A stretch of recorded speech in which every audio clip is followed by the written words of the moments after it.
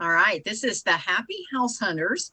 And tonight we're talking about fixing. We go through the 6 F's of real estate. Every year we start in January and we go through the 6 steps, and then we start again in July and go through the 6 steps a second time. So the first step, of course, is finding the deal, finding that real estate. Then we have to fund it. Once we find it and fund it, then we have to fix it. And that's where everyone that gets into real estate investing, that's where they kind of freak out a little bit, is the fixing part. And right now it's a big deal because it is hard to find contractors. And it's hard then to find ones that you can count on. I had one that I used in the past and it worked out beautifully. And so I hired him. He sent me the estimate. I accepted the estimate. We were all a go. And then he's ghosted me ever since then. So when I call his phone numbers, there's no answer. And, but I already, agreed to his estimate. So I thought, well, what if he, wakes up one day, whatever's going on in his world, and shows up and does the job. And once I've hired another person. So I had to, do some emailing today and make sure that I didn't get 2 contractors doing the same job at the same time, and paying double. So anyway, it's a problem. So fixing is always the problem. But then once you fix it, then you have to decide, am I going to flip it or am I going to fill it? And then again, when we get into the filling part, that's where a lot of people start backpedaling, because they're like, oh, my uncle used to own properties and I remember all those horror stories about being a landlord and all those things. So the filling is a problem. But at some point, whether you're flipping or filling, you are going to reach your freedom number. And that is the goal for all of us. Now, in the chat, I put in there, welcome to the Happy House Hunters live meetup. And also to learn more about our private mastermind, just go to kathybender.com. And Kyle is my co-mod. And I see Kyle is on with us today. He is my co-mod for the mastermind. And Christy, Wave Christy, she is my co-mod for this live meetup. So anyway, so we've got some great folks on board. I am going to make Christy a co-host while I'm thinking about it. And I also made Ryan a co-host for this evening, and Ryan is going to be our speaker. So I'm going to monitor who's coming into the room and let them over. Right now we have 9 of us on board. And then if you have any comments or questions, put it in the chat. And that way, then we can monitor that and keep all of our questions answered as we go. So with that, I am going to turn it over to Ryan. And Ryan, I would love for you to give us just a little bit of your history and how you got to where you are today. So over to you, Ryan. Yeah, I'd love to. Thank you, Kathy. I really appreciate it. So a little bit about me. What gives me a little bit of a background in the fixing world is about 4 years ago, I started a handyman business. This happened very suddenly. I actually had a 14-year career in structured cabling. It was all commercial work. It had nothing to do with residential whatsoever. But after a series of events as I started to broaden my vision of what the future was going to look like, I realized that there was not going to be any future, or it was just going to be the same thing over and over and over again every single year. And so we decided, I actually read the book, Rich Dad, Poor Dad, and everything changed. Everything changed right immediately. A whole new outlook on what financial freedom could be. It actually felt attainable for us. And so I told my wife, I'm like, well, I think this is something we should start thinking about a little bit. And we started taking some Dave Ramsey courses, not even courses. We just got on YouTube and, read through some of what he was talking about, and we started implementing it into our own lives. And pretty quickly we found ourselves free of debt. We cleared all of our debt, even some pretty crippling medical debt after having twin girls a couple years ago, they're 8 now, but at the time they were very young.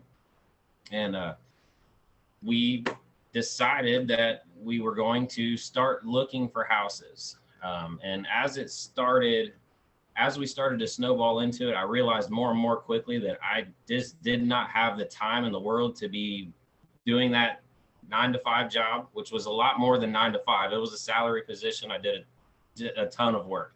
Was there all the time. I rarely seen my family at all, and it was an hour away from the house, so it was a mess. But I realized that was not going to work, and so I told my wife, I'm going to take a leap.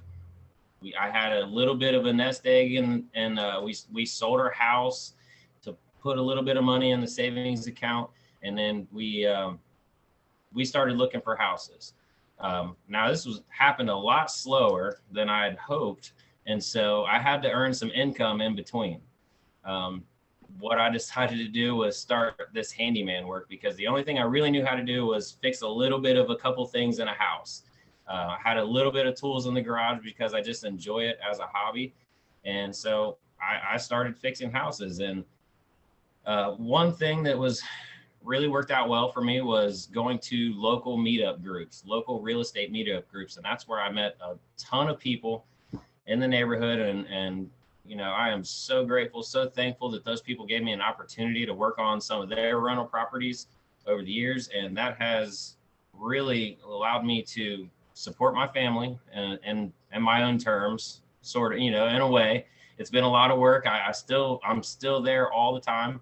My hands are deep into that handyman business, but it's on my terms, and it has allowed me to, while we're doing that, be on the hunt full time for other houses. We're trying to build our rental property portfolio as we go. We're up to 4 doors now.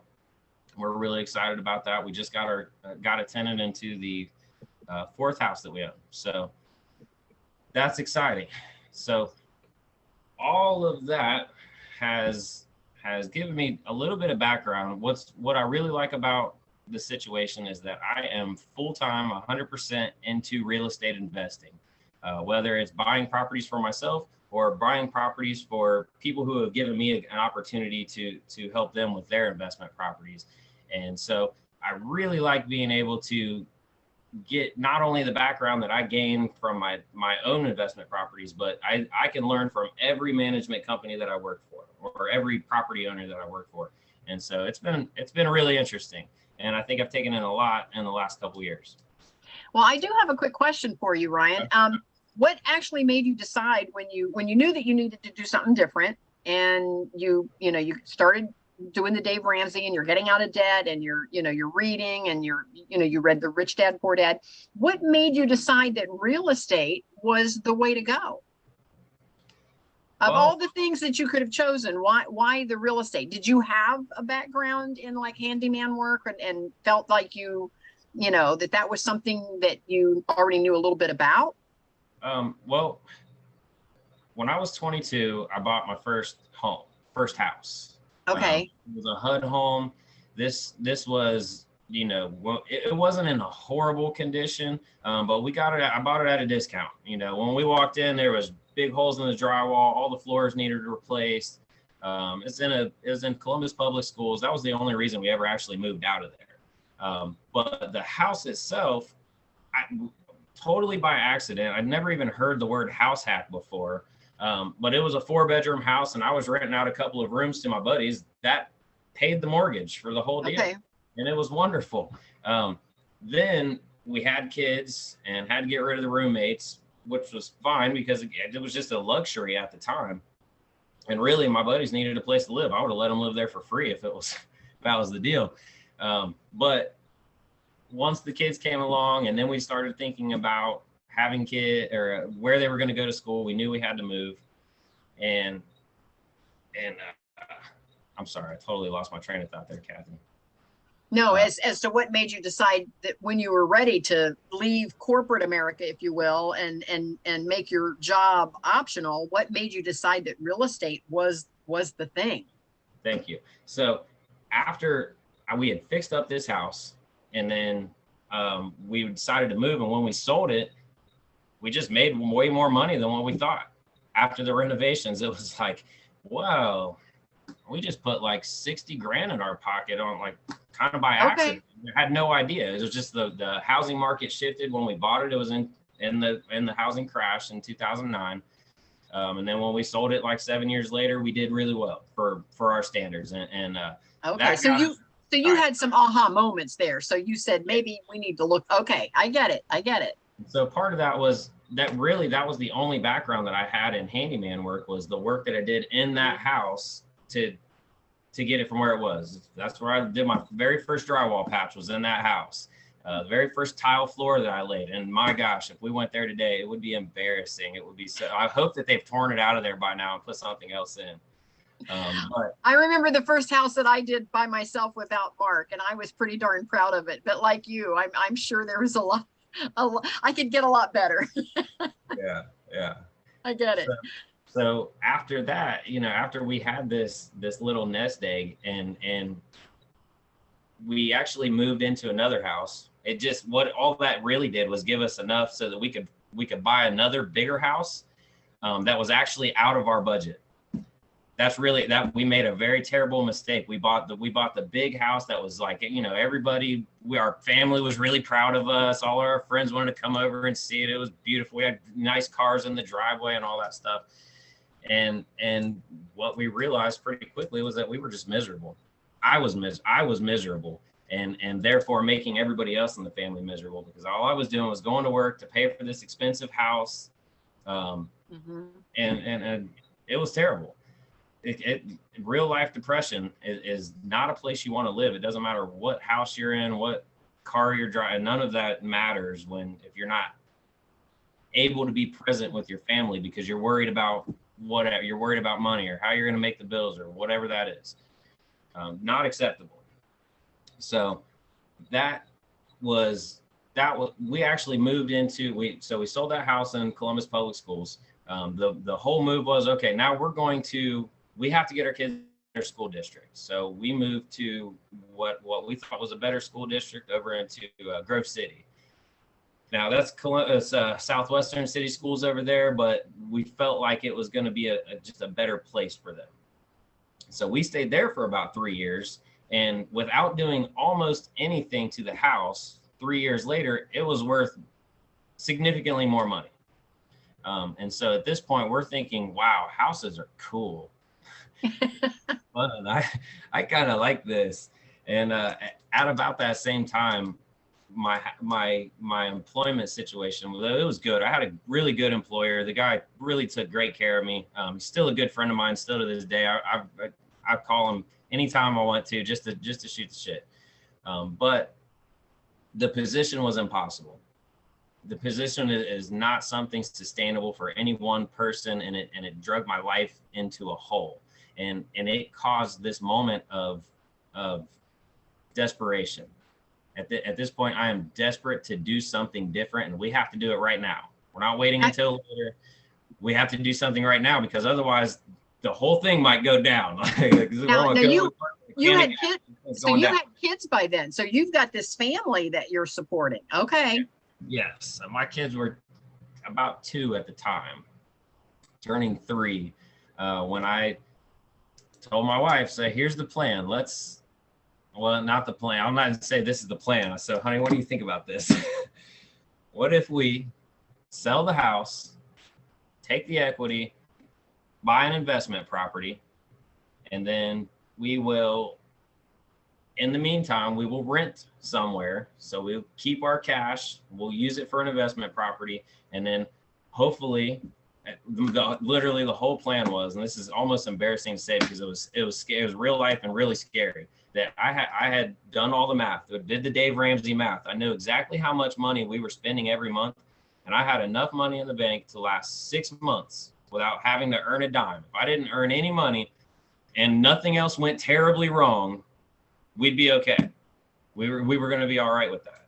And so but this other piece of the money, this sits, and otherwise we're eating beans and rice until this damn ship takes off out of the port and we do something else. I don't know why, when you read the books like that, it seems like it's going to happen really fast. There's a lot of, you can read Grant Cardone books, you can read, the Real Estate Millionaire Investor, and they'll make it seem like there's deals all around the corner. And it took us 18 months, I think, before we were really even sniffing at our first investment property. So that 6-month nest egg really was in jeopardy if it wasn't for the handyman business. So that was kind of a, we're not messing around anymore. We got to make a business out of this thing. What are we going to do? So like I said, I started going into these real estate meetups, and just started shaking hands and saying, hey, I know how to paint, or I do this and do that. And the next thing I know, consistency is the key with those meetups. But at this point, there's several rooms I can walk into, and I can look around the room and tell you that I've worked for damn near every person in that room. And it all started from a referral from this guy, or this guy said, hey, I used this dude before. It wasn't so bad. And my phone rings often. This is in no way a solicitation for my services. I'm full. Virtually, my schedule is virtually full the rest of the year. And so I like it that way. It's awesome. Good for you, but bad for us, because we're always looking for someone. So I get it. Yeah, I get it. Yeah. It's hard to find people. That's the story everywhere you go. I haven't talked to a single real estate investor or contractor or anybody who's like, oh man, we just have so many people who want to show up and work. We got to send them home. It doesn't work like that. It's difficult to get people to show up and be confident, be honest with you, and really get the job done, and hopefully meet your budget. Those are all important things. And so really, I think all of that, if that's enough of my story, unless I can keep talking about me all night if you want to, but another thing I would like to talk about this evening is building your success team when it comes to fixing, anyways, because that's really the key. If you want to really sit back and enjoy your investment and know that your investment is safe, you need to have the right people on your team from the start to the finish, and know that the finish may not necessarily be the finish, but that you can call that person, and that person is going to come and stand by it later, or they're going to be there to fix it when something else goes wrong. And if that person's not there, you're going to have a backup. And then, and if your backup doesn't work, you've got a network of people that can help out. So that's what I want to help with today. Yes, feel free whenever you're ready to share your screen. Feel free to do so. Okay, so I think I only have one slide, and it's just a slide to tell you what I want to talk about. It's gonna talk about some of the things, and I have a handful of pictures. I don't have a ton of them, but mostly I just want to talk. So if you have any questions or anything like that, of course, throw them in the chat. I'll stop. I'll monitor the chat for you, because once you share, you might not. Yeah, once you share your screen, you might not see all of that. So I'll monitor the chat. Okay. So let me see.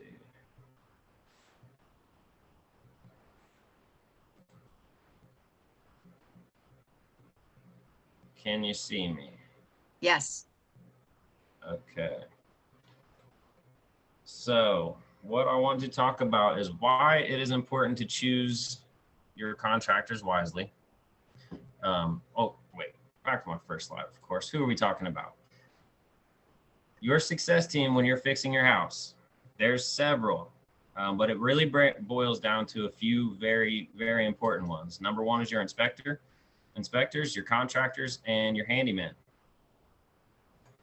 All have a very, very important role in keeping your investment safe.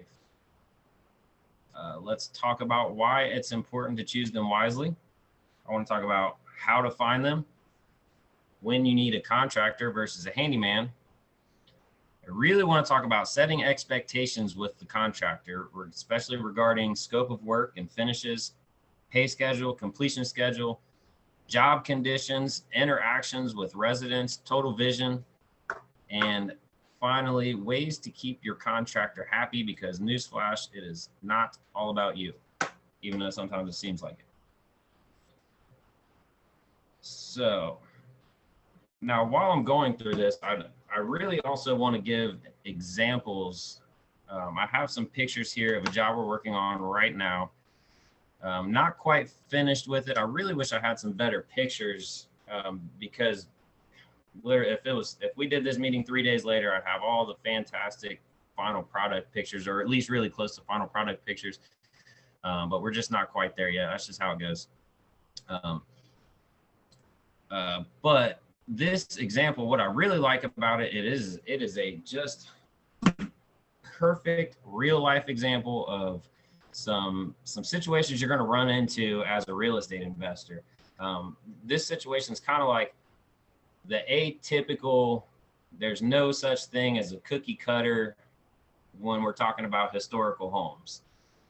There's just, when you're getting into these homes, a lot of times when you're going into it, you're going to be basing a lot of decisions on your budget. This particular project does have a budget, and that's a part of when you're going to need to know whether you need a contractor or a handyman. So we'll talk a little bit about that as we go along, but I want to start with the inspector. Now, this project here, what we did, and the owners, I think, just did, in my opinion, the best way to go about purchasing a home. What they did was before they purchased the property, before they actually signed their names on it, I think they had given them an offer, but they hadn't actually purchased it yet. They called me and they called an inspector, and they had both of these guys come out. We met together, walked around so that he could see everything that was on the site and I could see everything also. And the beauty of that is that inspectors are great. They are. And contractors are also great, but they're not going to see everything. They're still human. It's totally possible to just miss something. And having those two guys there together it's powerful.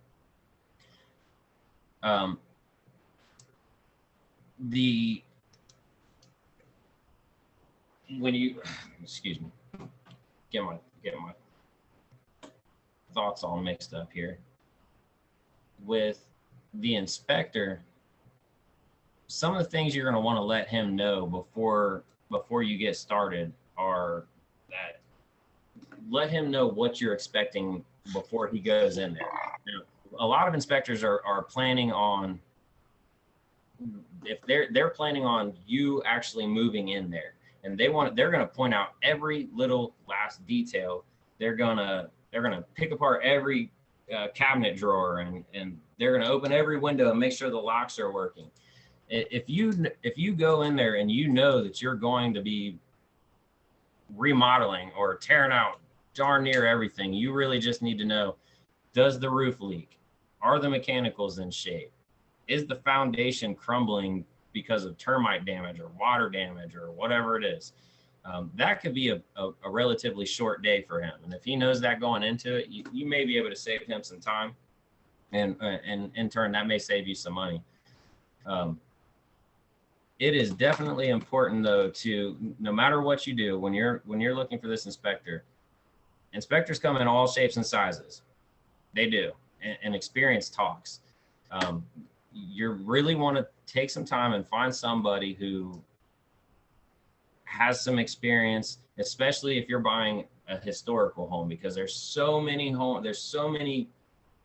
unique items that people have transformed over the years. You know, it used to be plaster and lath, and then, you know, now we're just going to cover this up with a bunch of panel board, and then we're going to drywall over top of that and do all these other weird and ridiculous things. And the mechanicals can happen almost similarly, where different types of panel styles or fuse boxes over the years, different type of plumbing styles.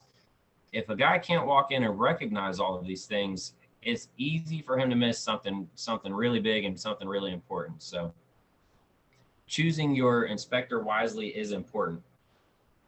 One thing I would definitely always suggest, and this goes for whether you're looking for an inspector, a contractor, or a handyman, is go with somebody who you know, like, and trust, or somebody who you know who knows, likes, and trusts somebody. If you go to these real estate meetings and you know that there's several contractors or several investors in there, and they're all they've all used this same guy, and they all give him good reviews, there's a good chance he's going to do you right. If you get on Google and you type in home inspector, you don't necessarily know what you're going to get. You could be getting, somebody who's just a really good marketer. And again, you are most likely going to get, if you click on the first home inspector on top of Google, you're most likely going to get the most expensive guy also, which is not necessarily a bad thing. And the same goes with the handyman and a contractor. Just know what you're getting when you get on there, when you get on Google and get the first thing. Also know that if you get somebody who's in your network, it's going to help out with referrals. If you go and ask somebody and they say, hey, do you know anybody who's a painting contractor? And they're able to push that along, you're going to make your handyman or your painting contractor happy. You're going to make the person who referred them happy because they may get some kind of kickback. But especially, most importantly, hopefully you're going to be happy because you've worked with somebody who has already worked with this person and they're happy with the way they do their work, and so on and so forth. So some of the things to look at, we can kind of go through a couple of these pictures, and I'll just kind of sprinkle in some. I want to keep it, I want to make sure you see some of these pictures because they're a little bit interesting, and the owner and I had to have some difficult conversations. I wouldn't say too difficult because this investor is really smart, has been there before. This is not their first properties they bought. But there are, again, when you're on a budget, you want to work with a handyman rather than a contractor sometimes, because a contractor is going to want to come in and tear out everything. They're going to bring in their guys, and it could be the difference between a $20,000 project and a $60,000 or $80,000 project, depending on what your expectations are when they walk out of there. Hey, Ryan? Yes, sir. You can just tell everybody this is my house. Cool. Everybody, this house belongs to David Tevin. There you go.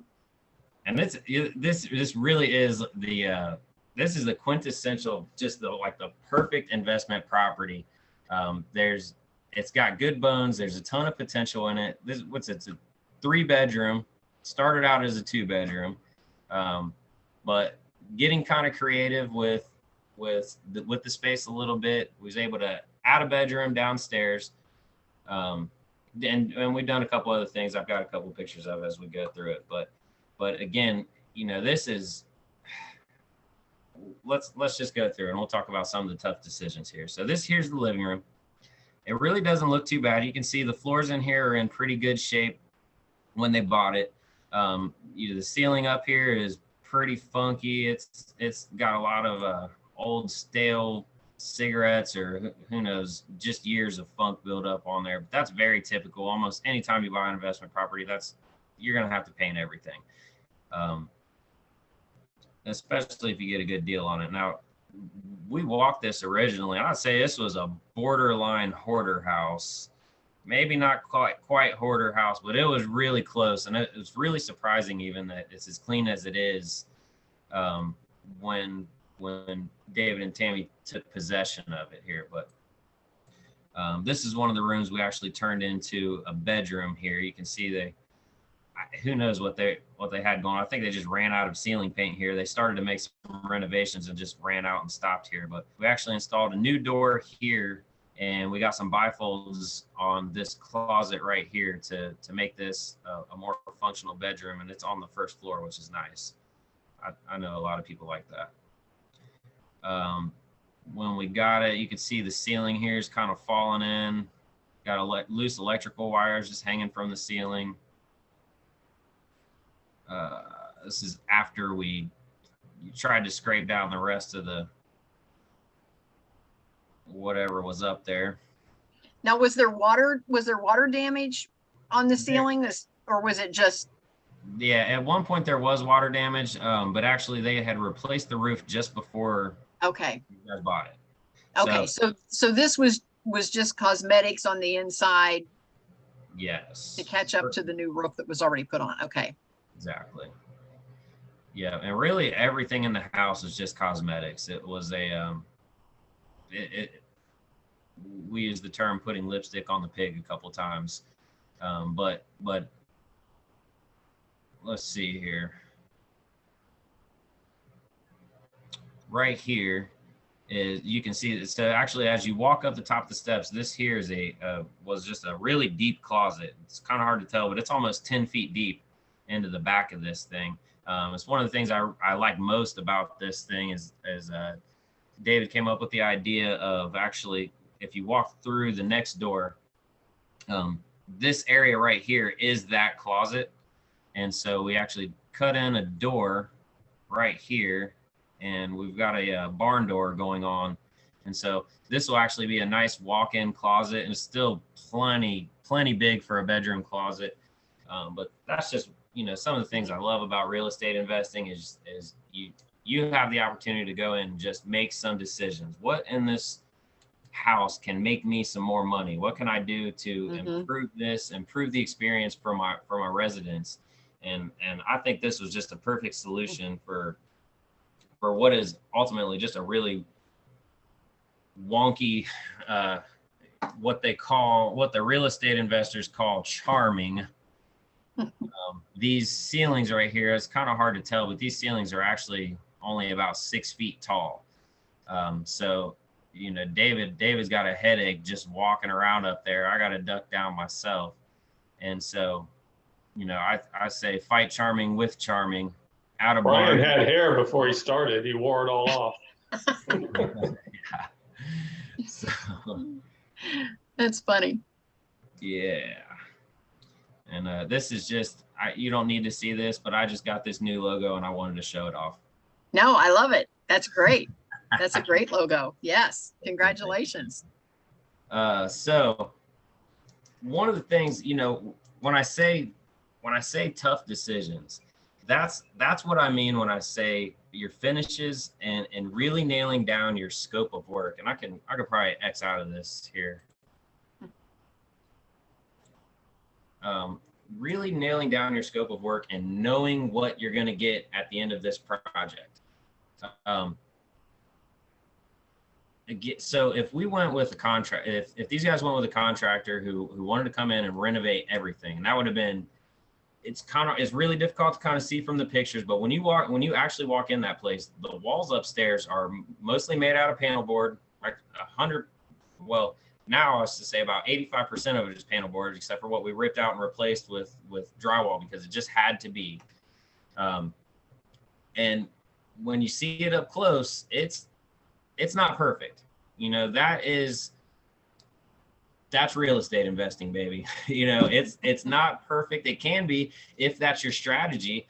But where this property is, it just does not make sense to put a ton of money into it. And so there's certain things, you just kind of have to decide. Do we care that this is not a level 5 finish? Are we expecting to see a level 5 finish? Because if you are, that's fine. The price goes up really fast. And also the timeline gets stretched out too. So if these are two things that are important to you, as they are to most real estate investors, be prepared to know that you got to make those kind of decisions. One thing that is extremely common in these type of historical homes is the floor. It likes to walk. It's always dipping down for some reason, whether it's foundation problems or, like in the case where where this house is at. This house is, what was it, 120 years old? It's an old house. Yeah, I'm not sure if we know the exact age. It's another one of those built-in 1900 homes. Right. And so when you walk through the living room, it's got a little dip like this. You can feel it. It's there. We know why it's there. The inspector and I crawled under there and we looked up, and it's like, well, those studs, not only are they undersized, they were 2x4 or 2x6 studs, but they were also improperly spaced. They were spaced at 24 inches on center. And so by modern standards, it's just not enough. Now, we had a conversation, David and I and the inspector, right on the front porch, and we said, well, what do we, what's the deal? Because the inspector, I believe his first words were, dude, run. I think that's how he started the conversation, because he found a little bit of termite damage in one area. We saw where the joists are kind of sagging down a little bit, and all of that to get it to a traditional inspector's standards. When he's walking in there, he wants to see that level floor. He wants to, and if he doesn't, he needs to have an answer for it, and he needs to tell you what you need to do or who you need to call in order to get there. So we had this conversation on the front porch. So, well, do you want my investor opinion, or do you want me to tell you what the inspector said? And, my investor opinion is that this house has been here for 100 or so years. It hasn't gone anywhere. Most likely it's not going to, this floor isn't just going to fall in or anything like that in the very near future. And if it does, well, that's fixable also, because the rest of the house is in pretty good shape. You still got a lot of house here that's still in good enough shape. So when I left that day, I still had no idea whether or not these guys were going to purchase the house or not, because they had a lot of thinking to do, a lot of number crunching to do. And I don't know exactly what their full budget was, but because what you guys had other contractors in, had some guys working on the exterior of the house also. Yeah, if you want to give a little bit more background, as Ryan pointed out, it did have a brand new roof, and they did a nice job of that one, assuming even some of the rafters were replaced. It had been sided relatively recently. So they started a lot of improvements, but just kind of like that bedroom where it looked like they started lots of things were never finished. So with the siding, nobody had ever done the soffits. So all of the soffits were, some of them literally open. You could stand in the street and see into the attic. So yeah, one of the first things I had was an exterior company come out and wrap all the soffits and get all the birds out. Sounds like maybe they didn't get them all out, but eventually they left or starved. So yeah, but you could just watch the birds fly in and out of the roof of the house when we first bought it. Front walk was crumbling. The back of the house has two doors leading out of it, just 2 steps up, not very high, but one of them had wooden stairs that were peeling significantly away from the house, and the other one had no stairs at all. So had some new concrete stairs poured back there. So just some little things to help curb appeal. The new front walk wasn't necessary. It wasn't dangerous, but it sure looks a lot nicer now. And I figure that's what the first thing people are going to see when they step out. It's a nice new walk, and it wasn't all that expensive. And then the soffits just needed done. And then we're going to add central air as well. So that exterior work and the central air is extra to what Ryan's doing. The rest of the project is his. Yep. And again, it's mostly cosmetics, but that still goes a long way. They're keeping all the floors in the house, which is a huge one.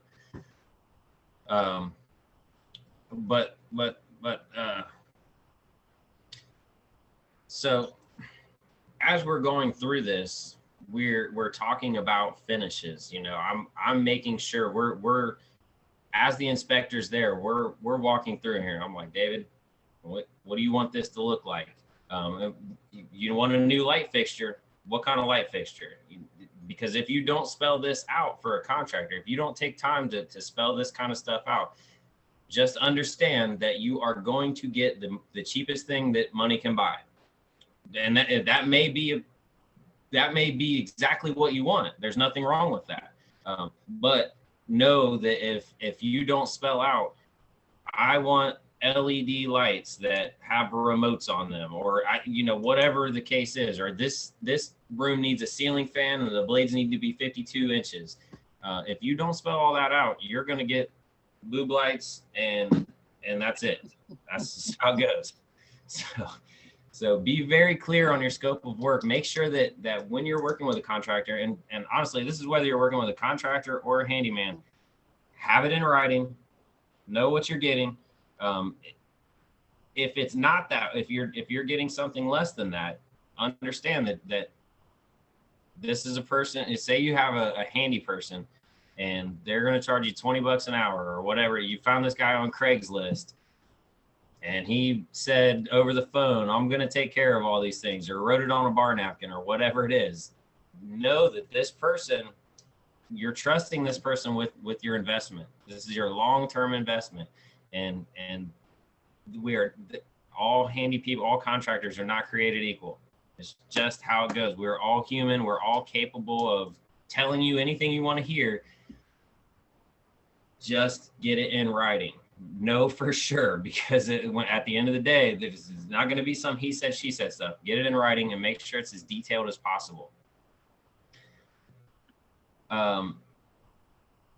Next thing you really want to talk about is a pay schedule. You know, so now we've determined what we want. We know what we want to, we know what we want to look like. We've determined that this is the timeline in which we're going to start, which actually may be the next most important conversation is really, when can you start? Because that, if you don't have that conversation up front, that could be a big disappointment also. As it turns out, everybody's busy right now. And if you call me and say, hey, I need something this week, there's a good chance, unless you're a really, really, really, really good customer, I'm just going to laugh you off the phone and say, you're crazy. It's not going to happen. And you're going to get that from a lot of people, because anybody who has a respectable business is busy. We all have something to do right now. So understand that you're complete. Get it in writing. When are you going to start? When are you going to be done? Know that no matter what he says, it's probably going to be wrong, but make sure he tries really hard. He or she tries really hard to give you a really close to a completion date, and have some way to hold him or her accountable to that date. But so after you've got that together, then we can talk about pay schedule. So more often than not, if you're working with a contractor, they are going to require some type of down payment, especially if it's a larger size project. It would be ridiculous for somebody to think that if you don't have an existing relationship with that contractor, and if you do, maybe there is no conversation about that. You're good, I'm good, we're good. We know everything's going to happen, sure. But if you're especially working with somebody that you've never worked with before, you need to know what their expectations are, and know that you may have expectations of how that goes also, but you need to work with that person, because they may require 50% up front. If it's a $20,000, $30,000 job, that could be a lot on day one. But that is a going rate for a lot of people. Set that up in front. If it's 10% down the day we get started, which that, depending on the duration of the project, that's a lot of times how we'll differentiate. You know, is it 10% on day of mobilization, which means I show up with the crew, we've got material, we're ready to go. I've got some skin in the game. You need to have some skin in the game. You know, now we're good to go. But in either case, have it in writing. Know what you're going to do moving into it. The next thing that I think sometimes gets overlooked in the conversation is job site conditions. This is, okay, what does it look like at the end of every day and the beginning of every day? When you walk in there, do you care if the contractors leave their trash laying on the floor? Do you care where they're parked at out front? Do you care what their language is like when they're leaving or coming to your job site? And again, maybe this doesn't matter in your situation, but maybe it does. If you've got a 4-unit apartment building and you've got contractors making a mess or not interacting properly with your other residents, that's not going to work. You need to set that expectation up front. Let people know that it is not okay to be just leaving a mess here every day. At the end of every day, clean as you go. But especially at the end of the day, make sure that this job site is pretty much spotless. I kind of already mentioned the interaction with residents, but I really can't overstate this, especially if you're going to work with a handy person. So this is a handyman is oftentimes going to be the person who is in your active unit. So you have somebody who, you know, their sink is leaking now, or whatever is going on. This person is now basically the face of your business. This is the person who is representing you as a business, and they're there to protect your investment. They're also there. The other person that's in that situation is also there to protect your investment, right? Like, that's your resident. You're there. You care about your resident. You want them to be happy. You don't want to send some jackass in there who's, you know, got cut off t-shirt and flicking a cigarette in the yard, walking in, and his truck's got oil spills all over the thing. You want him to be able to communicate properly. You need that person to know that some of your residents have animals, and don't let the cat out. That's not cool. I actually did that one time, and I had a freaking heart attack. Actually, I thought that I let the cat out because I couldn't find the stinking cat. First, she was crawling all around my leg, and she was being all sweet. And then as I was leaving, I left the door cracked that much and had a freaking heart attack. It turns out she just got scared and hid under the bed. Ruined my entire day because I was so worried about letting this poor cat out. Fortunately, we found her. It was okay. But find somebody who cares about that stuff. If you care about that stuff, if you care about your residents, find somebody who cares about that stuff, because it will be very important to your business. You know, building a relationship that's trustworthy with your residents, because the people that you send into their homes is trustworthy. Do not call Mr. Craigslist and expect Mr. Craigslist to go and not let the cat out, or even give a damn if the cat does. That's all. Now, with all of that being said, you know, this really all ties together with your total vision of your business, of your fixing success team, right? Like, get a good inspector, somebody who knows what they're looking at, knows what they're looking for. It might be somebody who just started last year, and, you know, they need a shot. Like, hey, give me an opportunity to come and inspect your house. Well, I'm here to tell you, folks, I've inspected several houses, and I've missed crap in every single one of them. Some of them has even been kind of important because it's really hard. Now, I'm not a trained or certified inspector. I just do it for fun for the most part. But I do know that it's very difficult. It's difficult to know, to have all that experience, and to see it and be able to implement it all in real time, because, you know, those guys, like in David and Tammy's situation, it was a short one. That guy was in there for an hour, maybe hour and a half, maybe less. Generally speaking, when those guys go in there, they're planning on 4 to 6 hours. If he's a really good inspector, he's going to spend 4 to 6 hours crawling through the attic, crawling through a crawl space, climbing up on the top of the roof, checking every last thing. And you want him to, right? Or why would you want him to spend 10 hours out there? Spend as long as you need. Take a million pictures of everything, because this is your baby. This is your investment. This is everything. And there is no sense the $500, $800, $1,000 that you're going to spend is pennies compared to what you will lose if you hired the $150 guy and that guy missed something major.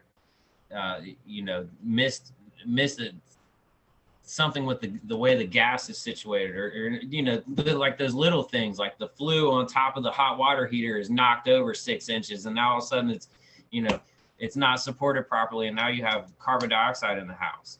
It's little things that you got to be aware of. Or the foundation, we didn't notice this little crack in the foundation over here is actually spewing out into the basement, and this is just a second away from being a really big disaster. So, Ryan, we've got a couple of questions. Okay. Shanti says she's completely new to real estate, so she has to ask, Are the supplies or materials needed to do a project included in the rate that the contractor charges, or is it a separate budget? That's a great question.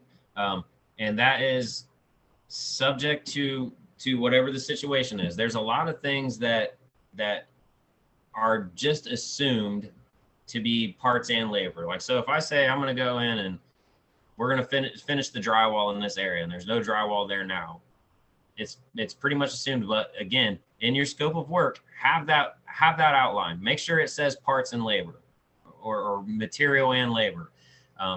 If there are things specific that you want, and again, as a real estate investor, you have options. You have so many choices. You can do it any way you choose. You can have that contractor go and pick out your vanity and pick out your countertops and all those things. If it's a really basic, we're just looking to get some renters in here. We're not looking for fine finishes. The contractor's perfectly capable of picking all that stuff out for you, and just know that they're going to pick out whatever they think, and it's going to be the cheapest thing. If you're particular about it, if there's something very specific that you want, buy it. Tell the contractor, this is the light fixture that I want. These are how I like them. This is the exact paint that I want. If you're really particular about your paint, and if this is an Airbnb situation, pick it all out. Pick it all out for yourself, because it's important. If this is a flip, pick it all out. Choose it. Go through those painful processes of choosing the right one. If this is a rental property and it's potential to be a Section 8, go get just put a countertop on the thing and put some lights up there. Make sure that it's outlined in your scope of work, whether I have it or whether you have it. That's all that matters. It can be either way. Good point. Now I have 24 doors now. I had 30, but we sold a couple of our duplexes because we purchased in Florida instead. But I paint all of my properties the same exact paint, the same exact sheen, the finish, everything's the same. And that way, when I do have a tenant that moves out and I have to go back in and, and freshen everything up, I oftentimes can just freshen up the paint and I don't have to repaint the whole unit that way. So I have my signature color, as they say. So the joke in our house is every time I buy something, Mark always says, I wonder what color you're going to paint it. I'm like, well, shut up, because it's always the same. Yeah. And anyway, that works for me. So yeah, that's a tip that might be helpful for some folks if you're ready to purchase more than one unit and you want to get into the real estate investing. That's a great tip, is to choose a signature color that you can run with for a few years. And there's nothing that says you can't change it down the road, but when you start to change it, then every time somebody moves out of the unit and you change the paint color, you're then going to make the transition into your new signature color for the next few years. So that's a great tip for folks that want to save some money between flips. Yeah, and that's a really good point too. And as you're doing more of that, it would be so fantastic for you and for the contractor to put more of those things. Look, this is our paint. Mm-hmm. This is what kind of fixtures we want. If there's a countertop that needs replaced, this is where we like to buy it from. This particular cover, all of those things. The more you can be detailed and systematize that, you're gonna make your life easier. You're gonna make the contractor's life easier. We know where to find it. I already have it in my cart. I know exactly what you're talking about. Boom, let's just rock and roll. So that's a great point. I do that with my colors, and I also do that with like floor coverings, whether I'm going to do carpet or I'm going to do maybe some vinyl in the kitchen or whatever, even the vinyl planks. I have my color scheme, and it doesn't really matter if it's the exact pattern as long as it's in that color family. And so when I call my flooring guy, he already knows my colors, and I just say, hey, I've got a unit. And I use an actual carpet contractor where he measures the entire house whenever I have a move out, and it's on file. And so in the future, if I have a move out, he doesn't have to come out and measure again, because he has all of my properties on file in his office, and he already knows my colors. And so all I do is say, here's the address, and he says, we'll have it done by Tuesday, and I'm done. So that works for me really well. Yeah, that's great. Any other questions? Shanti says that's an awesome tip. Anybody else have a question or comment? Put your questions in the chat. We haven't heard from everyone. Christy had to jump off. She said she has to run, but she said, Ryan, thank you so much.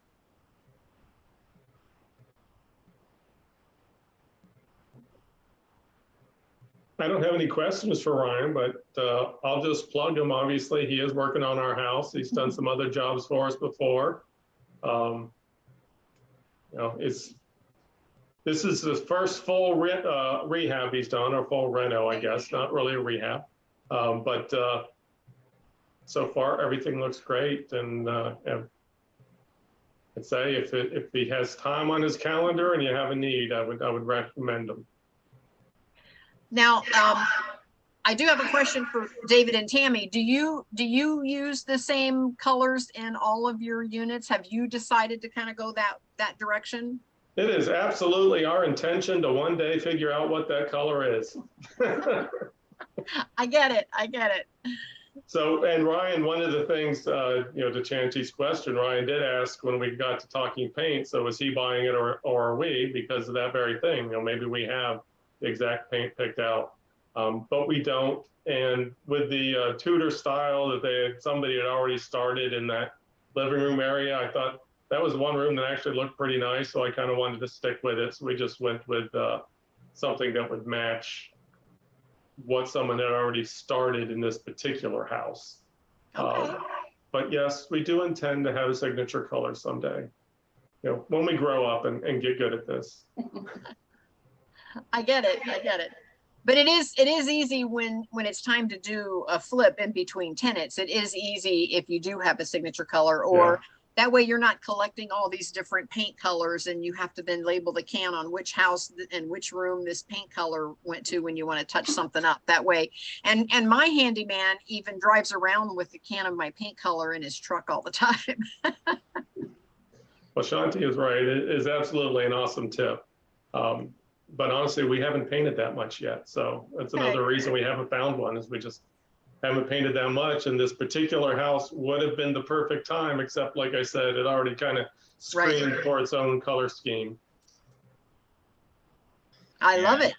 One other thing that we did talk about that I think is important, you know, when you're talking about a long-term investment, even as much as the paint, originally David really wanted to have a flat white paint on the walls.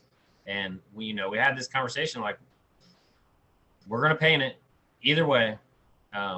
But flat white paint shows dirt, like, the second you touch it and the second anybody touches it. And so we just had this a real quick conversation, like, hey, you know, price is not going to change whether we do the flat or eggshell or satin or whatever it is. But definitely it's going to be easier to clean if we go with something more like a satin. And ultimately that's what we did. But again, that's having an open conversation with your contractor and making sure that those little details don't get missed. Because I don't have any houses with flat white paint, because I've worked on enough ceilings, and all ceilings are pretty much made of flat white paint. And I can't work on a ceiling fixture or anything without getting my clean. Even if I have clean hands, my fingerprints are all over it. It's the worst every day. So, yeah. I get it. Now I have another kind of a tip or a hack, and that is if I have a house that needs landscaping done, and I'm gonna, you know, kind of like pull out the old landscaping anyway, I've been seeding right up to the porch and right up to the house, and actually have it mowed or mow it. And I'm just eliminating all of the shrubs and flowers and flower beds and landscaping. And it makes the house look nice and clean and crisp. And then as soon as, you know, your tenants move in, if they want to put in some flowers, then that's up to them. But if it starts where you have landscaped it beautifully, then your tenants sometimes expect you to maintain that. And that becomes an additional cost to you that you really don't need when you have investment properties. So I eliminate as much landscaping as possible. Yeah, that's smart. Yeah, I just put a standing order in with our lawnmowers, that anytime they see a tree or a bush or anything that's, up near the house, take it out. It just said, unless it's going to be insanely expensive, just do it. If I have to pay extra, that's fine. We don't want them. Yep. Less is more.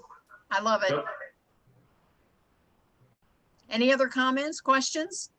I see that we have Christine on board. She has some properties. Kyle is with us. He is a realtor and is looking at properties daily.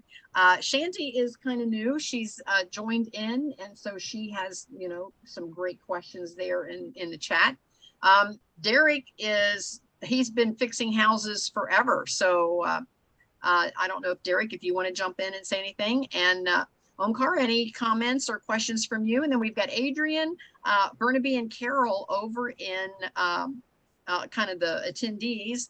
And so please put comments or questions in the chat. Kyle, you have your hand up. How about you? What comment? Yeah, I've got a question for you, Ryan.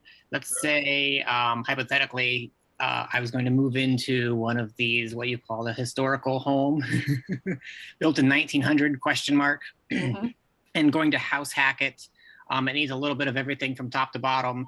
How would you decide, or where would you decide to start first? Well, that's a good question. First, the question would be, what type of historical home is this? Is it a single family? Is it a duplex? If you're planning on moving into it, you need somewhere to live. That would depend on what your living situation is now. Are you able to buy this house and make it livable while you're living there, or is it something you need to first? You got to have to do some stuff before you can even move in there. For me, I don't need too much. I'm a pretty basic guy, and so I can deal with some stuff. If it was me personally, like say I buy a duplex, and one half of it is, it's livable, it's okay. I'm moving in there and I'm working on the other side so I can start making money as fast as possible. And then, as I get to it, I'm going to fix my side. Now, one thing I know about that strategy that I've learned is that you got to be, for instance, if it is a duplex, you got to be really careful about when you refinance that. Make sure that you refinance it after you've updated both sides, because when that appraiser comes in and look at it, they may not see it the same way if half of the house is updated and the other half is not. So just that in there. Kyle, do you already have a something in mind that you're thinking about? Yeah, actually, originally it was a large Victorian single-family home. It's been converted into an up-down duplex, but our intention would be to take it back to a large single-family Victorian home. Okay, so if it's a house hack and you want to turn it into a single family, where's the point where you're renting it out? Oh, it's not going to be a rental. I mean, it might be a burr or a flip down the road, but in the meantime, it would just be a house hack, live in it and fix it up. Oh gosh, where do I start? Yeah. Well, I've been there a bunch of times. I'll tell you, good luck, because it's really hard to, especially if you have a full-time job. I don't know if you have kids or anything like that, but working all day and then coming home to work on a house and then also living in the house, it is hard. When they say go to the handyman's house and you're going to find all the stuff that they don't feel like doing, that is the real deal. But there are exceptions, like my friends David and Tammy here, who man, oh man, they love it. They've got. Have you guys done it twice now? Have you done 2 house hacks? No, this is our first house hack. Okay, and it's a 4-unit, right? So it is a 4-unit. For those who don't already know, we have some new on here. It's a 4 units on a single property, but it's 3 separate buildings. So we are living in a single family home that's on this parcel. And there's also a duplex and an efficiency apartment. So the 3 tenants who live behind us in separate buildings are paying our mortgage, our utilities, and just about 100% of the expenses for the property where we live. Yeah, love that. House hack's the best. Yeah, Now I'm house hacking, but I'm house hacking a little differently in the fact that I turned my residential house into basically a bed and breakfast. And so the guest rooms are beautiful. My room, not so much. Uh-huh. Yep. Yep. So you get it. Yeah. Yeah. I'm on the list though. My room's on the list, the one I'm in. But yeah, but the guest rooms are beautiful. Yeah. Yeah. So I will say that. So Kyle, to answer your question, really, it depends on it. There's a lot of factors, but honestly, if there's a room and you can get to one room, fix that room and then shut the door. Shut the door and leave it shut for as long as possible, unless you plan on getting to it quickly, because it's really not a house hack until you find a way to earn some income off of it. Otherwise, it's a property that you plan to live in, and it becomes an asset when it starts making you money. So unless you can find a way to leave it as a up down for at least maybe in the midterm, leave it as an up down. And you live in one side of it, and man, I get that other one rented as quickly as possible. There is something really fun about downsizing sometimes. Maybe if space is the issue, get rid of some stuff and do something really difficult and move into that thing just like it is and rent that other one out, and you'll be surprised how quickly your situation can change. And house hacks are just a lot of fun. I guess I have a comment for Kyle. If I were purchasing a property, the first thing that I would do is I would make sure that the foundation is good. If I had to fix anything on the foundation, anything, and gosh, how many conversations have we had about this in our mastermind? And there's several of us on the call that will attest to this, is drainage, getting the proper drainage out of the house, your sewer pipes and your storm drains and all of that. And oftentimes storm drains is causing foundation issues. And so that's probably where I would start, is with drainage and foundation, and make sure that that's secure. And then I would probably make sure that the top end is okay, make sure that the roof isn't leaking. And then everything in the middle is kind of cosmetic at that point. My inspection is tomorrow at 8 a.m. Okay. All right. Yeah, well, good luck with that. I appreciate that you shared that with us. Yes. Derek put in the chat, and then Christine has her hand up, but Derek put in the chat that he started his career in the 90s rehabbing historical homes in Victorian Village, Italian Village, and German Village. And he said, hit him up if you need anything. So Derek's done quite a bit of work for me on some of my historic homes. He does a wonderful job. So awesome. Derek's out there. So somebody with experience, man. That's yes, great. Yes, absolutely. And Christine, you have your hand up. What question do you have or comment? And don't forget to unmute yourself. Okay. I came across a property that's in Tampa, St. Pete. Mm-hmm. I became aware of it, and I thought it was such a clever concept and house hacking idea. But it's a man that his family lives on the upstairs part of the house, and he has divided the downstairs part of the house into 2 bathrooms, 7 bedrooms, and these bedrooms range from like 240 square feet to 140 square feet.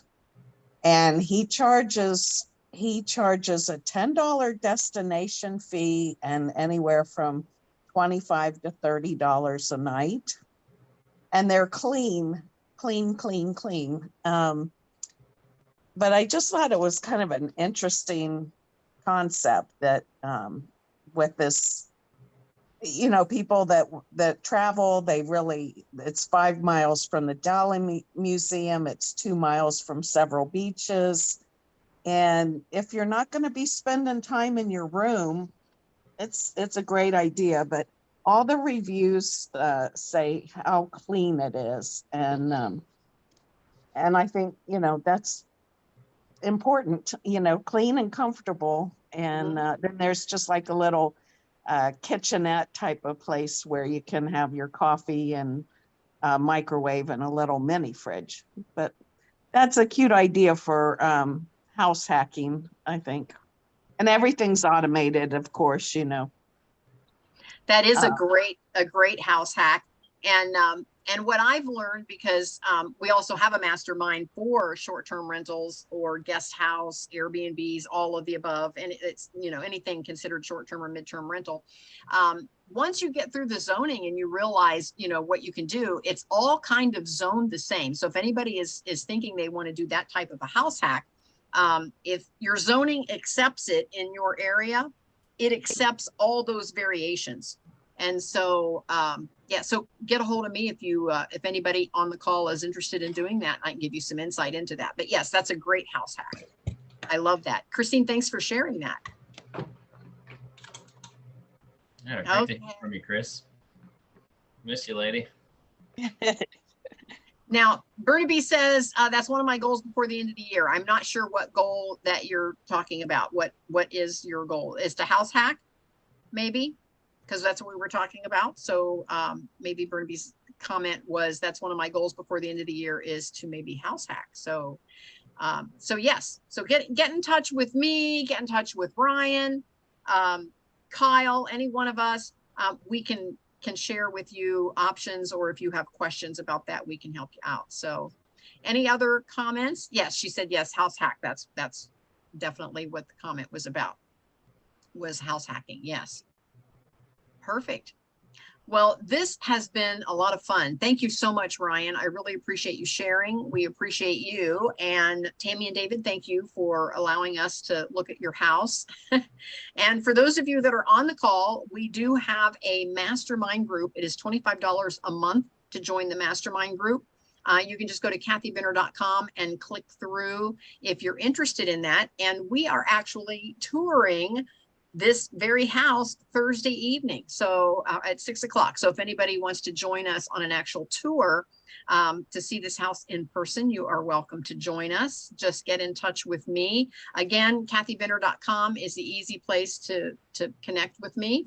And if you're needing a realtor, definitely connect with Kyle. And if you need a handyman or any work done, check with Ryan, see what his schedule looks like. Definitely check with Derek, see what his schedule looks like. So I know you guys are busy, because every time I need a handyman, you guys are always booked. So I get it. Good for you though. Good. I appreciate that. Any other comments or questions from anyone? Yeah, thanks for having this, Kathy. Ryan, it was really great presentation. Where can we get your contact or your way to reach you if we need handyman or contracting services? Yes, Kyle put his in the chat. I put mine in the chat. Ryan, how can folks connect with you? That's a good question. I do have a Facebook page, THI Handyman. THI? Yep. Handyman. For True Home Investments. Okay. And actually, if you look for me on Instagram, you'll find me on True Home Investments, at True Home Investments. I'm working very hard to build my social media campaign, so look out for me. I just started it. Now, when True, are you spelling True with an E, T-R-U-E? True? Yep. True Home Investments. That's it. And so you're on Facebook and on Instagram. Yep. Okay. You'll find it. Send me a message. I'm always happy to chat. Be prepared to talk for a long time. Or if you didn't catch any of that, just go to kathybenner.com, send me a message. I can connect you to any of these guys. So, thank you, guys. Yeah. So let me know if you need a connection with somebody, or you didn't get the information. I can make that connection for you. And Derek is the home shaper at gmail.com. So connect with him if you want to, or again, get in touch with me, and I can connect you with any of the folks that are on the call. Shanti wants to know, does the real estate mastermind go in depth on what house hacking is? We can, yes. If you want to join the mastermind and that is what you're interested in, we can definitely address that with you. Yes, so please feel free to jump in. All right, anything else? I think we're good.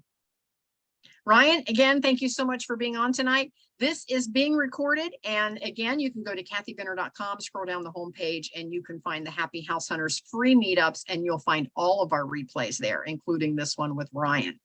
And so with that, we are going to sign off. And Ryan, I'm going to send you a link when we're all done later this evening of the replay as well. So you can use it in your advertising or on your brand new Facebook page or whatever you want to do. So, watch it. Okay, very good. So we will see everyone Thursday night. And again, get in touch with me if you're interested, and I'll connect you for Thursday night if you want to actually take a tour of the house. So with that, we are going to sign off this evening. And so Thanks, thank you, Ryan. Yes, and thank you for being with us. We'll see everyone next month. And next month, we're going to be talking about flipping. So if anybody is interested in, buying and fixing and flipping, that's going to be our topic next month. So we'll see you then. Talk to everyone later. Bye. See ya.